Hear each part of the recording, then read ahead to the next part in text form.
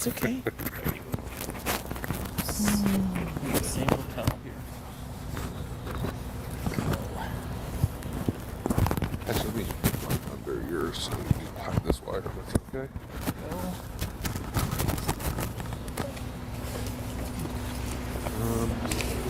Stick it right here if I can, or I'll do this.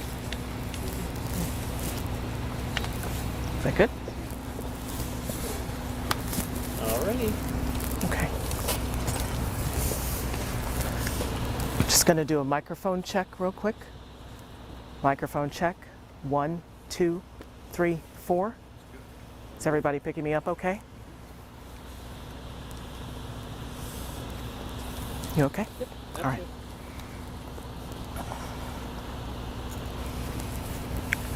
Hello, my name is Robin Henderson. I'm the interim chief of police for the Austin Police Department. I'm joined by members of the Austin Police Department executive staff, in addition to members of our command staff, also the Office of Police Oversight Director, Ms. Gail McCant, in addition to our Forensics Department Director, Dr. Dana Cadavy. I want to start by saying that we are in the early stages of this investigation, and all of the information is preliminary at this time and subject to change as the investigation progresses. However, I will review a timeline of the events as we know them now. At approximately 1:18 p.m., Austin Police Department officers responded to a gun hotshot call at 501 East Howard Lane, where the caller stated that a male was in a parking lot firing a rifle.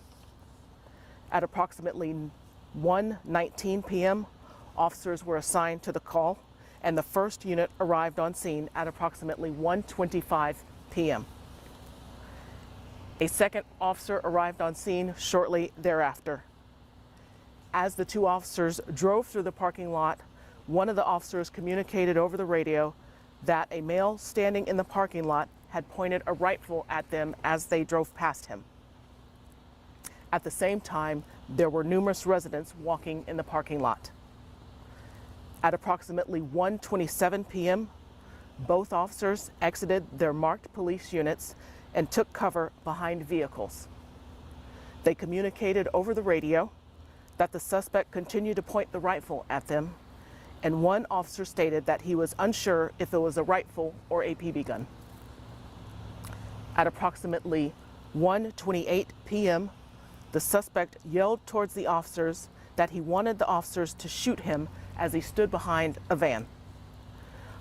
Officers continued to give verbal commands to the male, identifying themselves as Austin police officers, and to drop the weapon. At approximately 1:29 p.m., Air 1 was paged out to assist officers, and within that same minute, one of the officers announced that shots were fired and the suspect was down, as one of the officers had discharged his department-approved firearm at the suspect, striking him. EMS was immediately called to the scene. At approximately 1:30 p.m., officers started rendering medical aid to the suspect. At approximately 1:48 p.m., the suspect was pronounced deceased on scene by EMS. This officer-involved shooting incident was captured on the officer's body-worn cameras. Per APD policy, video relating to this incident will be released within 10 business days.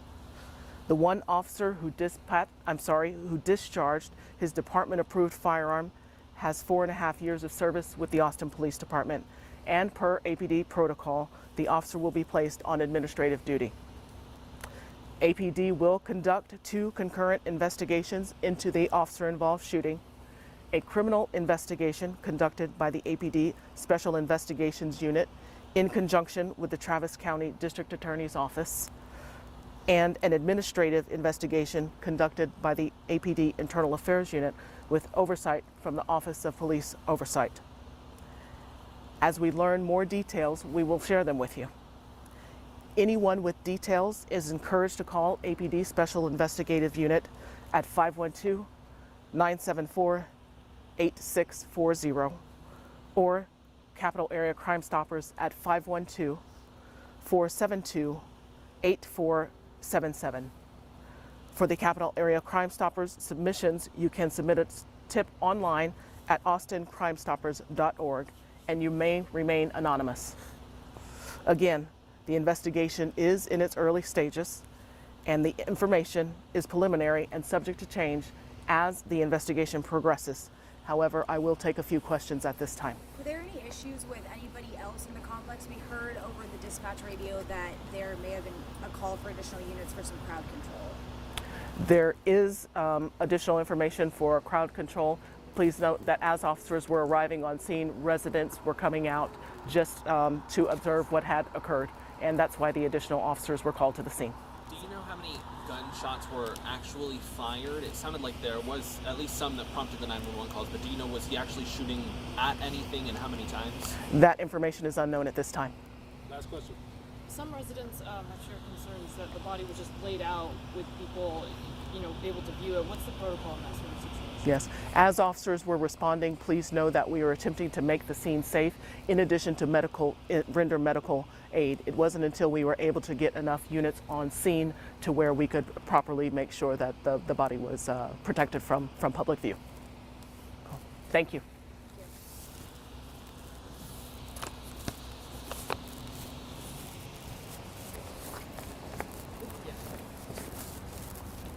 Sorry. Thank you. Thanks so much, Chief.